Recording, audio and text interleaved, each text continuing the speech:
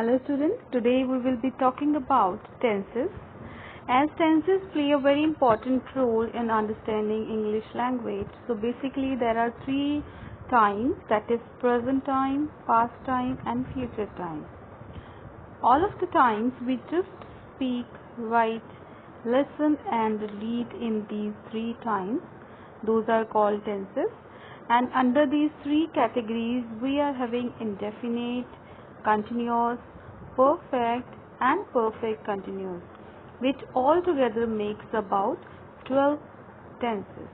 Today we will just be discussing about indefinite tense. Indefinite tense play a very important role in our day-to-day life because we just talk about our routine activities. So these routine activities are always spoken in with first form as or es in case of positive, do, does and not with first form in case of negative. All of the universal truths or the things which we like, which we dislike, all our routine activities. For example, I get up early in the morning, I do not get up early in the morning, do you get up early in the morning, and when do you get up in the morning. So these are the four types of sentences which I have described here. That simple present positive, then negative, then interrogative and with WH family. I will explain all of these in my further slides. The second is simple past activity. Whenever we are just talking about an activity which has just been there for a few minutes ago, few hours ago, few weeks ago. For example, in the morning I got up at about 6. Yesterday I finished my work. So we just to use second form of the verb. As in case of routine activity, we make use of first form of the verb with s or es with singular and only first form with plural. But here we use only second form with all of the subjects. So now third one is simple future activity. We make use of will and shall in this.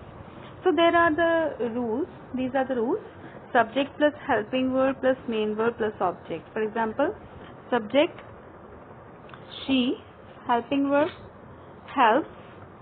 Fine, helps to her, that is main verb here. So helping verb is missing in case of indefinite, present and past. In future it will be there in the form of will and shall. Helping verb will be there in negative of present indefinite and past indefinite, that is do not and doesn't. And then there will be object. Same is in the case of negative sentence. There is just addition of not here. Then in case of interrogative sentence, helping verb will come first and this is the formation. Then WH family, helping verb, subject, main verb and object with question mark. This is the formation of indefinite tense and all of the tenses which we will be doing further also. Now let me confirm few things, that is auxiliary verbs with and WH family. So if we talk about helping verbs, these 13 helping verbs comes under this present, past, future, indefinite and continuous, perfect and perfect continuous activities. These are 13 helping verbs which we just talked about in our previous, that is helping verb here. Fine. So now models are there, 11 models are there: would, should, can, could, may, might, need, dare, ought to, used to and must.